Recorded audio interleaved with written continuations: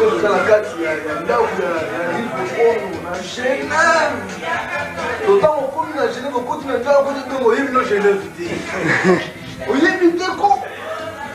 Ya to fandi awa, on na rive. Bongo sapato na ye wana. Iklela la ta mokala. Bon. Eza nde ba vestige na ye. Bon ba styliste italien ba ko yiba modèle wana. Si vous apportez vraiment plainte. La carte à Firenze, et bah la Firenze va mourir comme les nènes, bâtiment dans l'origine, pas les moyens. Mais moi je suis goyé mon bon, à goyé qui s'habille, nègre les campis sur la message. Parce que c'est pas moi. Et mon on a été. Mais là, il y a où tu le bas, le plus avant son nom dans la Moko, au quotidien, le tambour, le timon il m'a boulé à métro.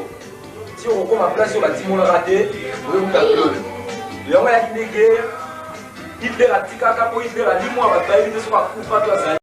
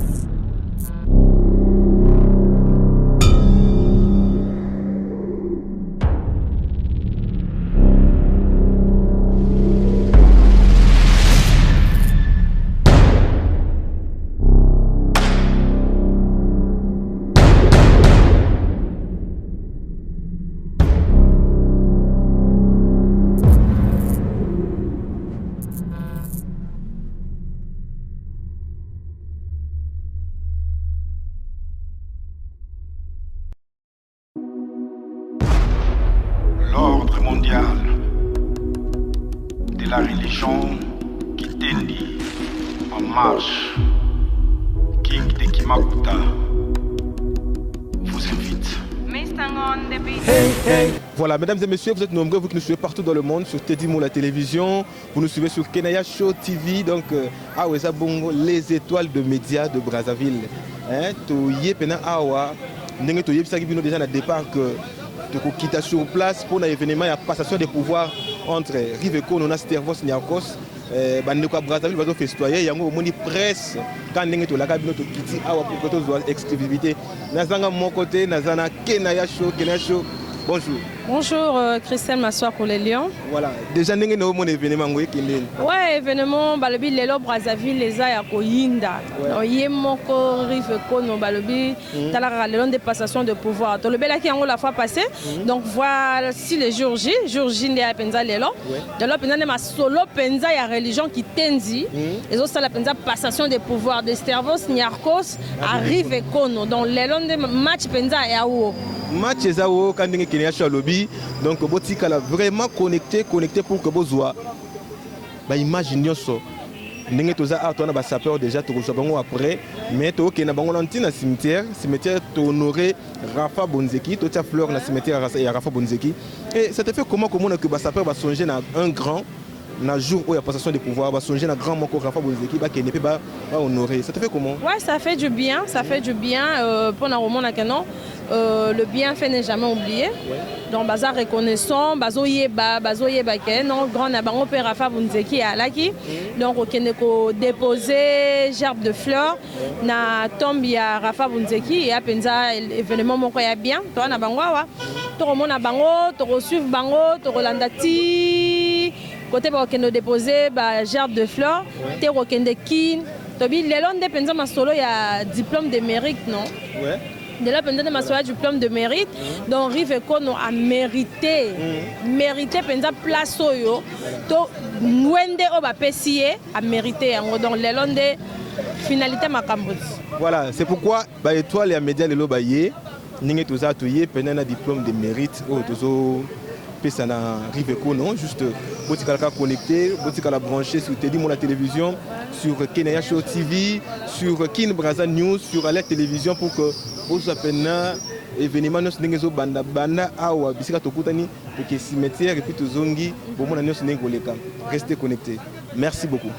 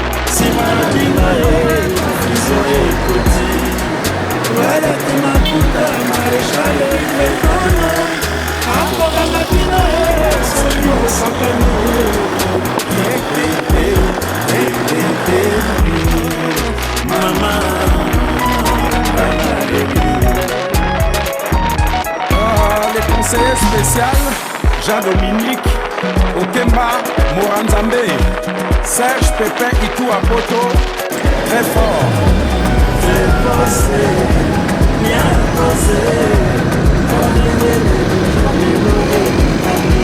José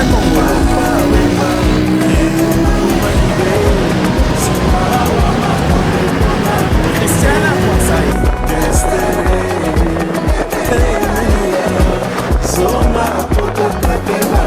Pépé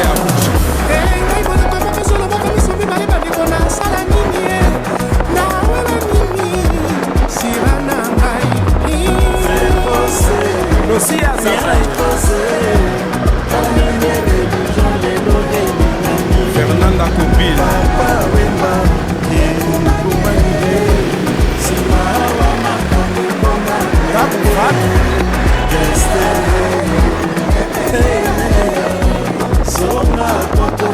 Mère Véro Mangai Janu azalaka mwana mokelelo akoma mwasi monene mombele zala na yo kimia Loris la Congolaise dans l'au-delà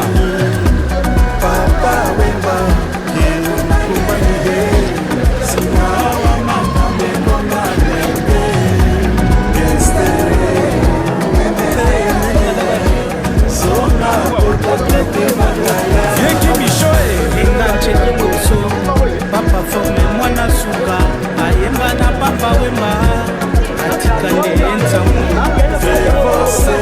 Viva Pipo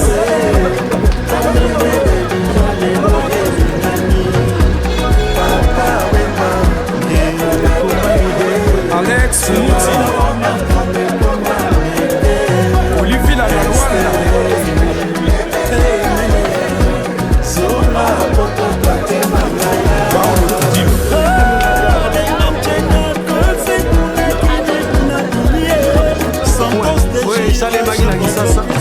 Salema na logique wana tozotia libaya bwa vie donc talagaga nouvelle ordre Junior Amori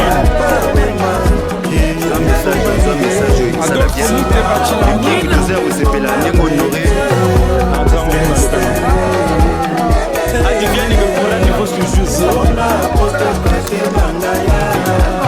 Vex Bofenda Mobalia Nicole Boula Philo Bakusu Italia Dédé Makonda Saint-Éric le conseiller Osiris Akobo le meilleur JR Timba Maître digital le king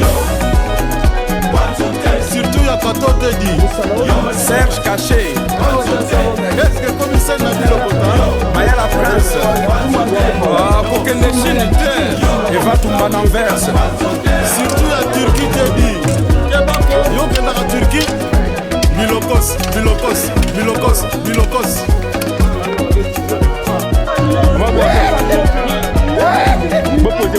Michel, passe à la base, man. À la base, man, ça peut passer. Comme ça, tu vas peur, Seigneur, Jésus n'a pas de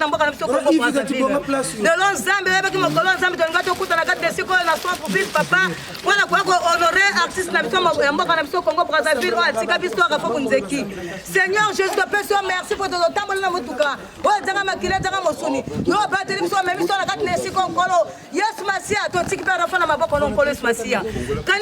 Seigneur Jésus, moi dois organiser mon loulou oyo, et c'est le king de Makuta, et c'est quand c'est la Suisse Nzambe, yo le bito le boko Nzambe lonaka, et c'est le futi. Si quand Nzambe on a futa le king Nzambe, c'est quand c'est la Suisse Seigneur Jésus. Puis ça veut dire yana katne si quand Nzambe, yo bito le la boza ni kolela, to se bela boza ni ko sepela, Seigneur Jésus ko tika pe biso boyete. To tiki bu nzekira fara kati maboko non kolo, yo ndo zali Nzambe.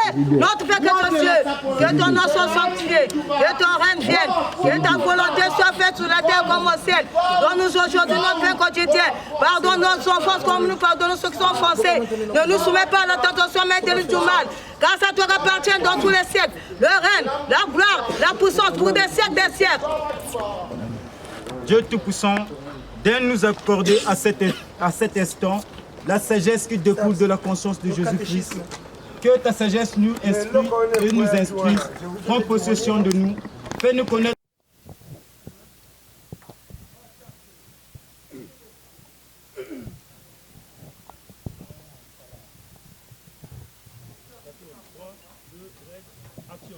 Voilà, mesdames et messieurs, merci à vous tous qui nous suivez partout dans le monde sur Teddy Mo la télévision, Christelle Maswaku Yeyo, Kenaya Shor Yeyo, donc tous ensemble, tous à Awa, dans le cimetière, dans le centre-ville, dans Katia Brazzaville, pour honorer corps, il y a le grand sapeur Rafa Bonzeki, au le sapeur nous sommes à Awa, tous ensemble, dans Bango, Yango Tuzolinga, Toyoka déjà, et le Goni Bazo Bongisa, pour Nabiso, Malwani Bazo Babiso par rapport à la circonstance.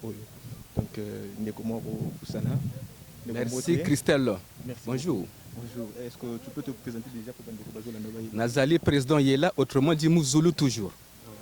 Président Yela, beaucoup expliqué dans le monde entier circonstances où il s'agit que surtout Sangana Awa.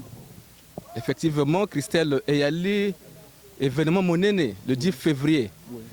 Et la journée mondiale de la SAP. Donc, il y a dans le cadre de la passation du pouvoir entre le maréchal Rive Nkono et le Stervos Nyarkos. Maréchal Rive Nkono a levé avant tout bandanan événement ango. Sapeur à Brazzaville Basangani. Tout bandanan a déposé jab de fleurs. Na tombe ya grand sapeur brazzavillois Rafa Bonzeki à Tikabiso depuis 2007. Ah, dans le banane dans le cimetière, tu déposes diable de fleurs. Après, le sapeur à Brazzaville, bako sangana na place Matongue na Mongali. Côté, tu exhibes pas, tu kabolama kopo, tu fêter longo. Donc, c'est ça, Christelle. Voilà, merci beaucoup. Kenya Chou, si tu as une question. Les autres salabino ni événement à Lilo, comme on a passation de pouvoir, il y a Stervos Nyarkos, Narive Kono. Et puis, boye ko déposer gerbe de fleurs à wana tombe ya Bernard Bonzeki. Donc, nini sentiment nabino ezanini. Bon, sentiment nabiso lo konanya liboso to koloba. To sepeli na geste oyo vient nabiso Maréchal Rive Kono a sali événement oyo bande ko nabiso Brazza ezo salama awati. Ezo salama na kin Stervos Nyarkos. Pape de la SAP, moto a pesa biso goût, to bando binaka banzembo na 1982 abimisi Matebu, na 1984 yiko bimisa programmation.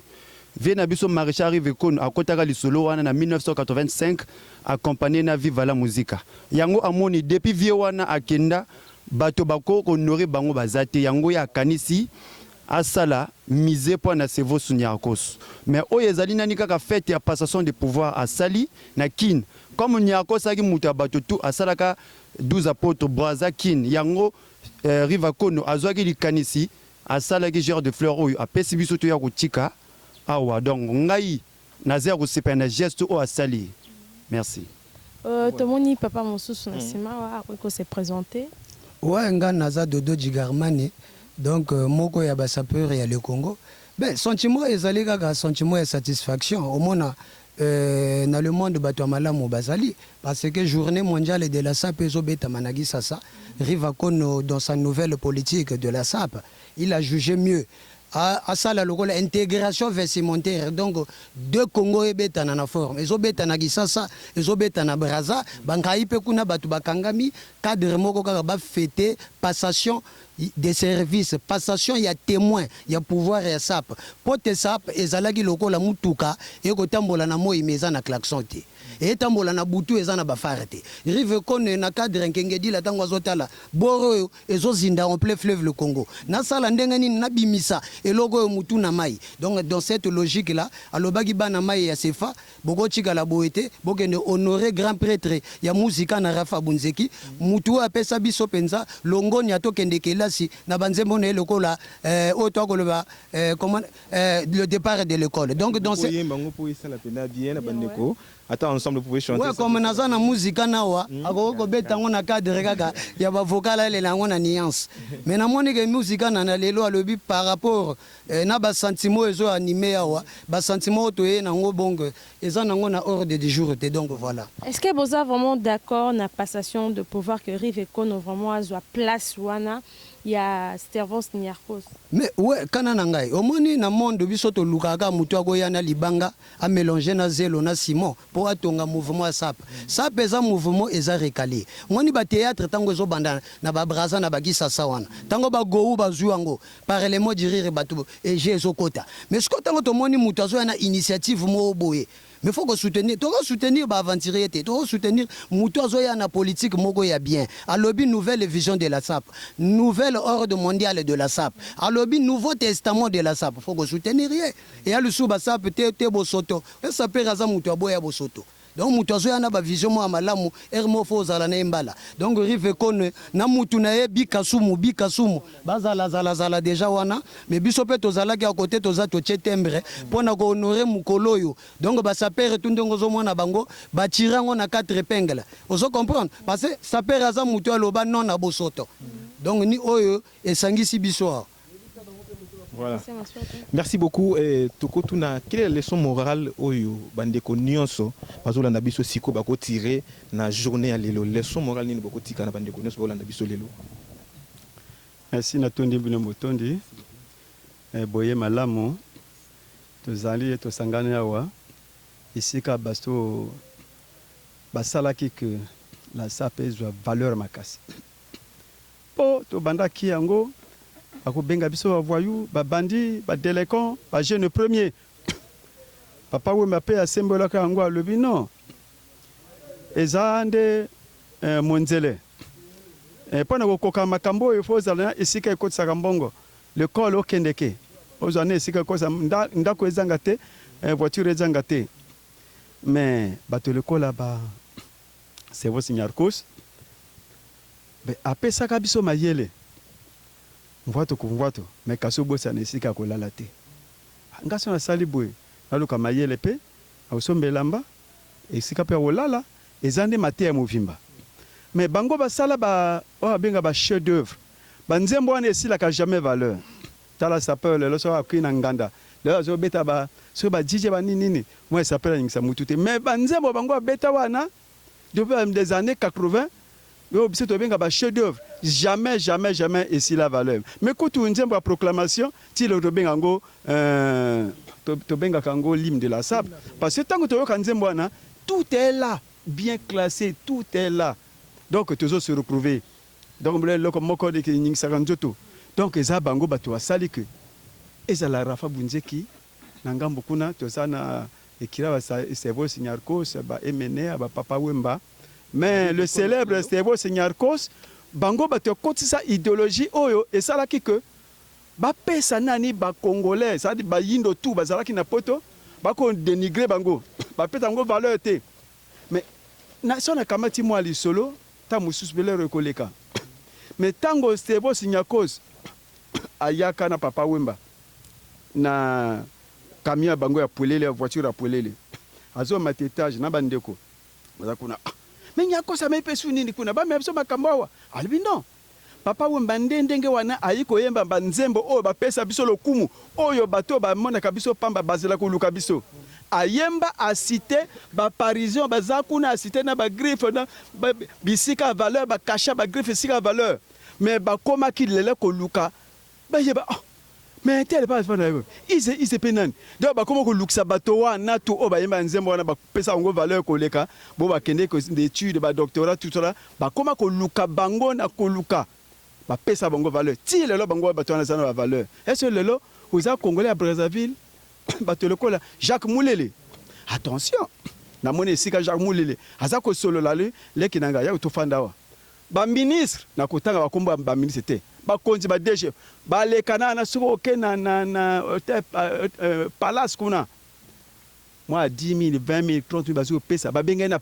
ministre abenga président azo to sai parce que ba yebi nini bango basala bango na poto kuna bazali belé donc le ko la pe na kini kuna ba dati kombe hein ba dati kombe bazali belé bo basala que vraiment ba sala kuna ba kunsa pe ba konzi lelo ba vraiment grâce na Nyarkos ayemba banzembo akumwisa bango apesa nzela le ko la rafa ayemba banzembo ne tilelo betamaka. Mais chaque rentrée scolaire, babeta nzembwana, le départ pour l'école. Atika wanande, babengaka chef-d'œuvre, cachet indélébile. Et c'est la terre que c'est effacé parce que nzembwana et pesaka, bato mayele, bana l'école, bokeneke l'école. Et zak maté à monene, oh, bazalaki comme on a biso kili. Na ba musicien ba voyou, ba savait voyou. Non, mais hier ayembi la sap, ayembi pe mokili, ayeb atiki cachet indélébile. Tilelo. Donc, il y a un peu le coup la pète aux 4 comme ça, c'est vos Nyarkos, Bakosalaye, Square, Bakumisaye, après Toké, Angola, donc tout ça la Bongo, Congo et Zaka Moko. Donc, ils ont le coup là sur le Brazzaville. Brazzaville, bon, Kuna, quartier, Bakongo, Kuna, son quartier Talanga, Kuna, Filou, Wenze, Mungali, Poto. Mais qui ça, na Brazzaville, ils ont avec un grand cas. Voilà, merci beaucoup mesdames et messieurs, restez toujours connectés sur côté Zonga côté de Utaki pour que tout soit la peine bien et l'ongo na sapeur nyonso. Merci beaucoup. Pardon? Il a une interdiction formelle. Monsieur le journaliste, il a une interdiction formelle. Avant de t'exprimer en français, en lingala, il doit pas lever la condamnation.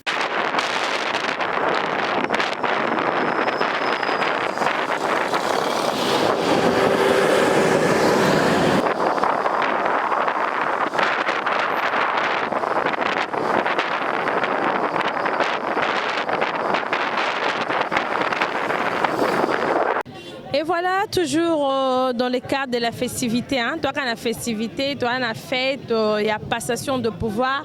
Il y a Stervos Nyarkos, na rive kono donc toi aller on a ba sapeur donc tous interviewé bango to e baba vina bango. Bonjour monsieur. Bonjour journaliste solo. Comment on nani? Je souligne c'est lourd de l'Amérique n'a pas d'amis.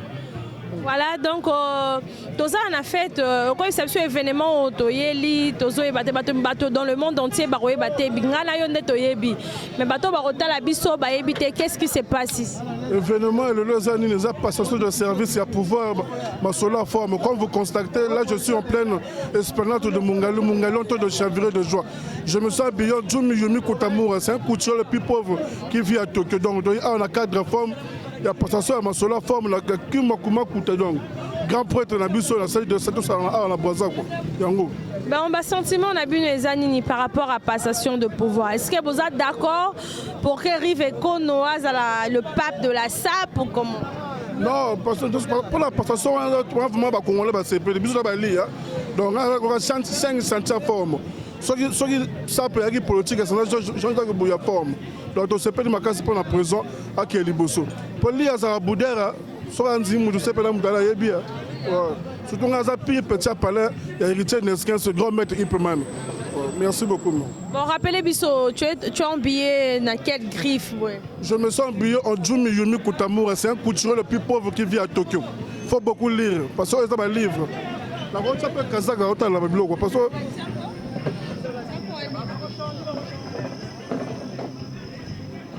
balobi religion qui tenzinde makambo donc notre saper azolata penza po lakisa bino penza comment il s'est habillé bino mo bozomona kaka o ba houblon ça coûte cher ya lupango moko na mpasa dépenser na mpasa le Jean-Jacques Bouya telemaki na Jumi Yumi Kutamura c'est un couturier le plus pauvre qui vit à Toko, faut beaucoup lire donc ça m'a sur le livre quoi bana mamba tala bana mamba kimba moni abite ya te makasi balobi ande religion qui tendi religion qui tend au sepeli on évolue tout le monde appelle ba sapeur mosusu.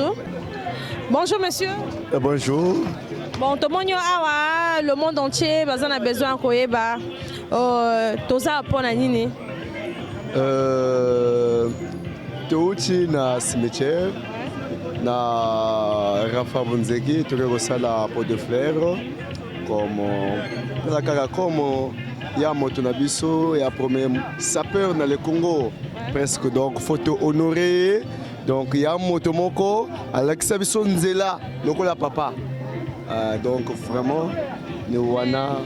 Mais toyoki awa elaki masolo ya passation de pouvoir donc est-ce que vous pouvez expliquer biso ce qui appelle bon passation de pouvoir c'est normal comme motosoga Kofi il y a toujours na moto à remplacer à doit toujours konzi donc il y a la ndengo wana na cadre la SAP déjà tozomona la SAP bon tozolanda bato yango donc tozomona bango c'est normal tozwakaye au moins azopesa biso idéologie moko ils ont vraiment développé. Mais moto nani tozo yeba tozo lobela tout à l'heure kana moto wana tozo landela moto wana.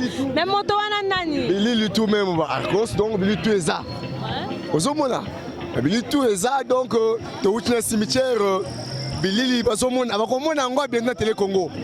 Ozomona bakomona ngo bango tout. Oh, merci. Voilà, nous sommes avec le Pessina de Borbozac, le Bibi Lelende Makambo, toujours religion qui t'indique. Donc, sans plus tarder, toi, Anaïe, à Pessé la Masolo. Ouais, c'est le Pessina de Borbozac et des épées à 3 fois champion, triple brassard moto à Kenda Bakina Zonga, on confirme toujours dans ma sola sap quoi.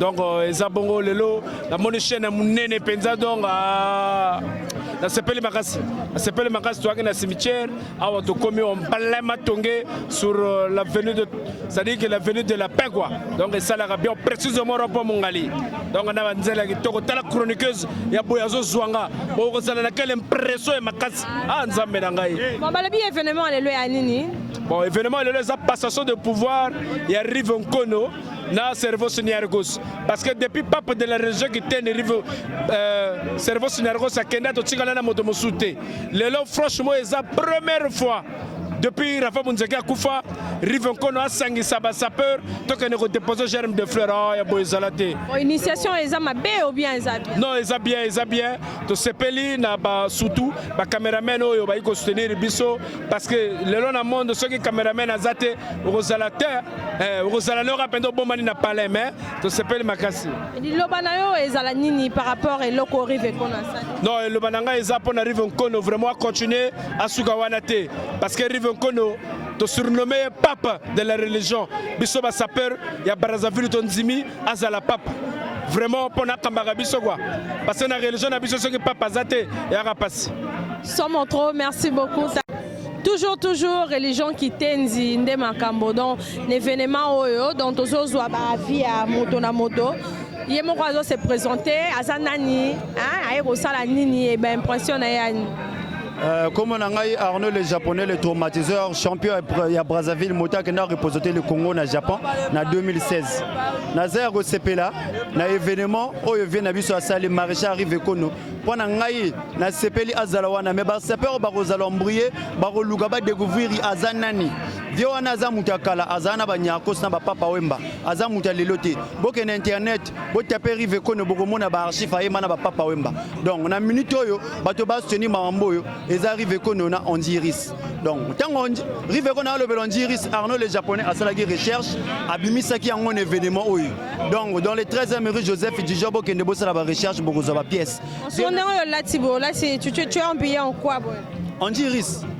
on dit risque pièce na braza nani comité rani oyi donc bato bazana on va arriver kono hein bato minene Arnaud les japonais message union ko lancé n'arrive kono les lois commis pape de la SAP non na sepeli nzambe abaksela yesu mikolo na marambo asali aza mutu moko ya bwania azuli kanisa bien ati fleur to kuto tika na cimetière Rafa Bonzeki marambo to l'équipe bien na sepeli ndenge victoire pe salami quoi ba pesi ba trophée marambo to l'équipe bien ba saper ba yipa na soutenir ba saper aboraza soki banzimi ba o ba ya roboya baza ba Maurice babi wa ko boya aza Maurice donc mususu ye ya tozozwa à se présenter le P de boule hein? Le P de boule nga na li saper ya zone nord nga monazo vibrer ba côté na mwana ya Yves Ngatsongo il n'est plus saper pas comme déjà prophète donc comme na étape moko ya haut niveau hein ali sous tête lo akeye ndenge saper te comme na plafond donc biso ndenge ya la wakati to yiko nourrir ka ba prêtre pour avant na ntango to ki ba na l'école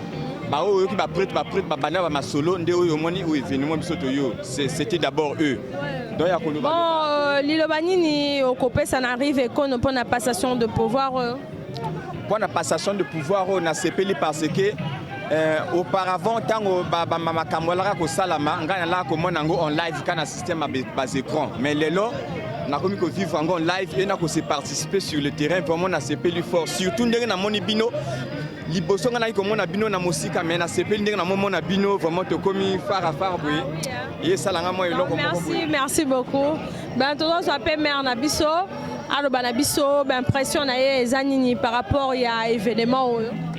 Merci maman, na sepeli mingi ezanga mupela la première dame. Vraiment na sepeli pote Congo Kinshasa eza bana ya papa moko mama moko. Toza na frontière te. Malgré nzamba baby saki atiaki ebale. Saki ebale zalaka te mona ngai. Ata na nage ya côté na yo. Mais na sepeli parce que na mine na zolo baboye. Na ebike na kokatsa na kokende na bandeko na nga kuna pe to solola.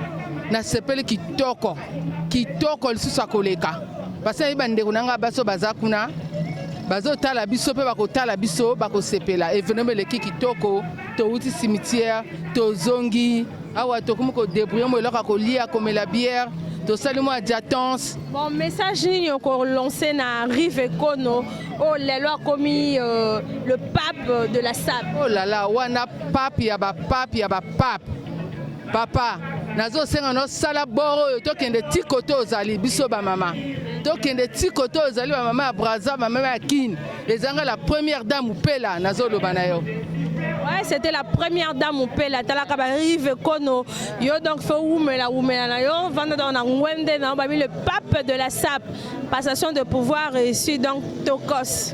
Mesdames et messieurs, vous qui nous suivez partout dans le monde sur Vox Africa, vous nous suivez sur Teddy Mo la télévision, vous nous suivez sur Kenaya Show TV, sur Alert Télévision, sur Kin Braza News. Restez donc connectés pour que vous ayez toutes les informations de Brazzaville. Donc, comme vous le savez, aujourd'hui c'est une journée très réservée aux sapeurs. Une journée très spéciale, comme tu l'as dit. Merci beaucoup pour tous les sapeurs du monde entier. C'est pourquoi aujourd'hui, il y a quelqu'un qui a fait en sorte que les sapeurs du monde entier se réunissent. Et cet homme, c'est Rive Kono. Voilà. Aujourd'hui, Monsieur le Président, Rive Kono a fait que vous vous réunissiez aujourd'hui pour commémorer cette journée. Qu'est-ce que tu peux lui dire? Il te regarde, il te suit maintenant. Merci pour la parole, Monsieur Christelle. Ouais. Aujourd'hui, c'est une journée spéciale, le 10 février, célébrée comme étant la journée internationale de la SAP. Ouais. D'où le maréchal Rive Kono, le nouveau pape de la religion qui tenait depuis la Suisse. Ouais. Il a pensé qu'il fallait commémorer cette journée ensemble à Brazzaville, en réunissant tous les sapeurs de Brazzaville. Ouais. Donc tous les sapeurs de Brazzaville sont réunis ici à Mongali pour commémorer cette journée ensemble, c'est ça. Voilà, merci beaucoup. Et par cette occasion, nous, les étoiles des médias, avons pensé lui remettre un diplôme de mérite parce qu'il le mérite. Il a organisé cet événement à Paris, en Suisse, à Kinshasa, ici à Brazzaville, en Angola, partout dans le monde. L'événement a été organisé par Rive Kono. C'est un très grand travail. Nous ne serons pas restés silencieux sans lui dire qu'il a bien fait ce bon travail et il a été excellent. C'est pourquoi aujourd'hui nous allons nous décerner ce diplôme, le diplôme de mérite de Rive Kono. Nous allons remettre au président, vous qui le remplacez. Voilà, le diplôme est là. Voilà. Voilà le diplôme de mérite. Le diplôme de mérite de Rive Kono. du pape de la SAP, Rive Kono, Talaraye, et descendant de son vrai père, Sterbers Viniarkos. Hein, nous sommes là, l'événement Momonen est à la Kaka, Rive Kono, Nde Bangote. Voilà, merci beaucoup. Et donc, merci beaucoup.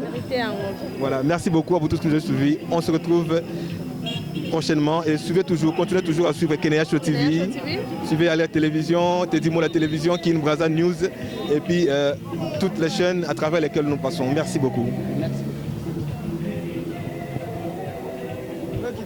Premièrement, je me nomme au nom de SAPS, le mordeur de la couture italienne, né d'une famille norme bien encadrée. Donc, c'est SAPS Kunjabilele, donc la propriété du Congo. Entre-temps, la Tori est très importante dans notre religion de la SAP. Donc, maté sur maté, c'est la seule devise qui me reste. Permettez-moi de cette belle langage que vous allez écouter avec l'allégresse, où on vous rappelons la sorcellerie Tamalanda en plein Makana sur avion triqué Fossomawou. Donc la SAP est une science qui étudie la sapologie, mais entre-temps c'est le PSAPS à suivre.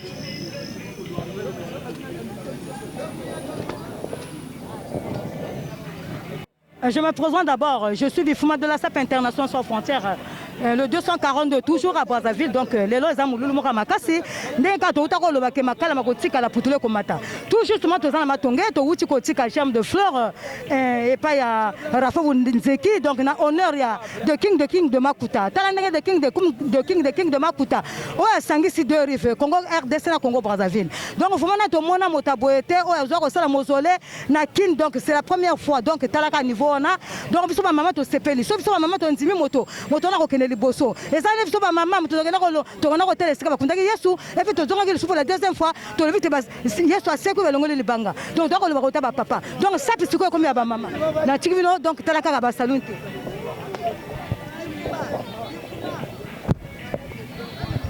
Okay, how we speak in English, huh? But you must be oui, mais c'est un événement culturel entre les théories et c'est de l'hexagone. Donc c'est tout à fait normal parce que nous avons vu les sapeurs continuer sur la veine de la paix. Donc c'est bien passé. Tous les sapeurs devaient la rabattre la forme.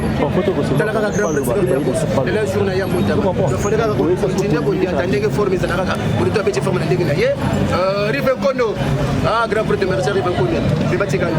Bon événement. Au staff fouteur, il y a un salami bien. Ah, le qui m'a foutu. Soit idéologie de salami, parce que c'est un petit. Pour les staff, accordé par moi, très bien.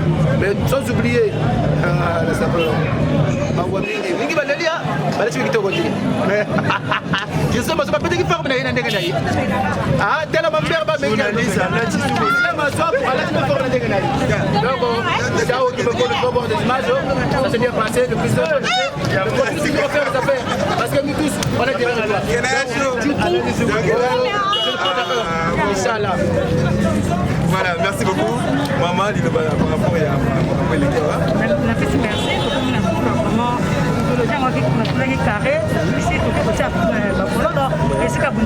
Donc vraiment côté rive ko nazali donc la salute na vraiment talaka ba diplôme et puis c'est mi kana kache siko tout dans la coordinateur donc vraiment merci à toi et à diffusion de la SAP International sans frontières la maman de quelqu'un c'est la 242 toujours à Brazzaville merci que Dieu te bénisse là-bas merci merci beaucoup tout à l'heure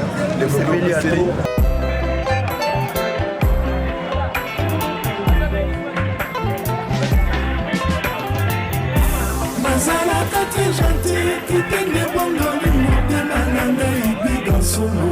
Mais je n'y connais la Suisse-Allemande. Vraiment chaque likinga na moto yango. Esilisi yanga bapase tina suka. Jeunesse alelo makambo échange. Mwana moke mokolo moto nyonso azali responsable na ye.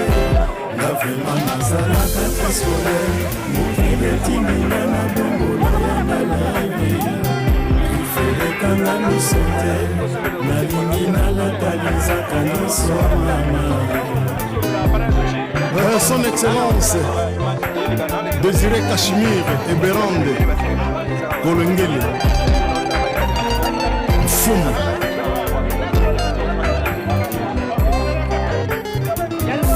Nazalaka très gentil, kitenge bongoli motema na ngai biga solo. La jeune première, la Suisse-Allemande.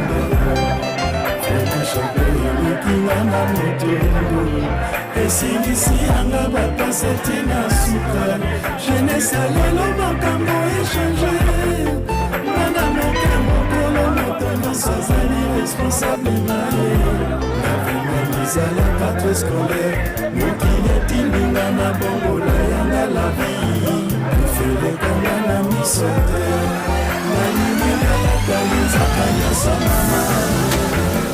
Dieu le grand-père de Das, Ayel Nitu, patriarche. La biga somo nalata kitoko ifalelo ojiyamba moto Gianni Versace mazamatono nalata manga la vie eza mokuse Simon Gomes Bamba série ya félicence na évolution Thierry Mugler Dikembese Zapata Semesende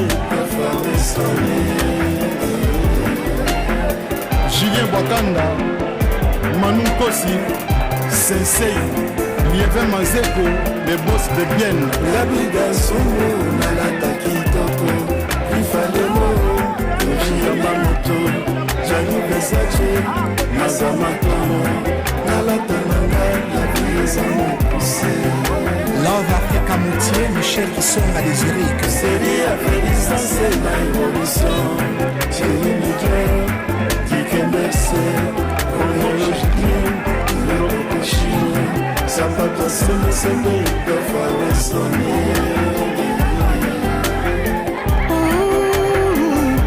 Après c'est le mensonné pour te baloba. Nazalaka alire ngai biga chumbu nabetaka forme bato bayebi amede bakora bana yebaki lisolo yango gari coupere jimeshapa jeune premier Polo Mengi Amsterdam Gabi Mapota Papa Dior Kalusha Mputuma de Switzerland moto na masanga bakutani elungu babandi ndeko penda liwa na mosolo ekosalanga mpasi na motema maréchal rive kono mwana moto yeye bavota batika liloba rive kono motuka bandako bambongo ekotikala ekiteni na yo yokokene nango na lilita batebue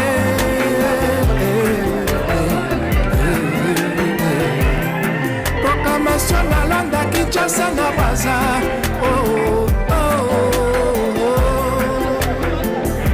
Sakala mokonzi ya ster La biga somo nalata kitoko ifalelo ojiyamba moto Gianni Versace nazama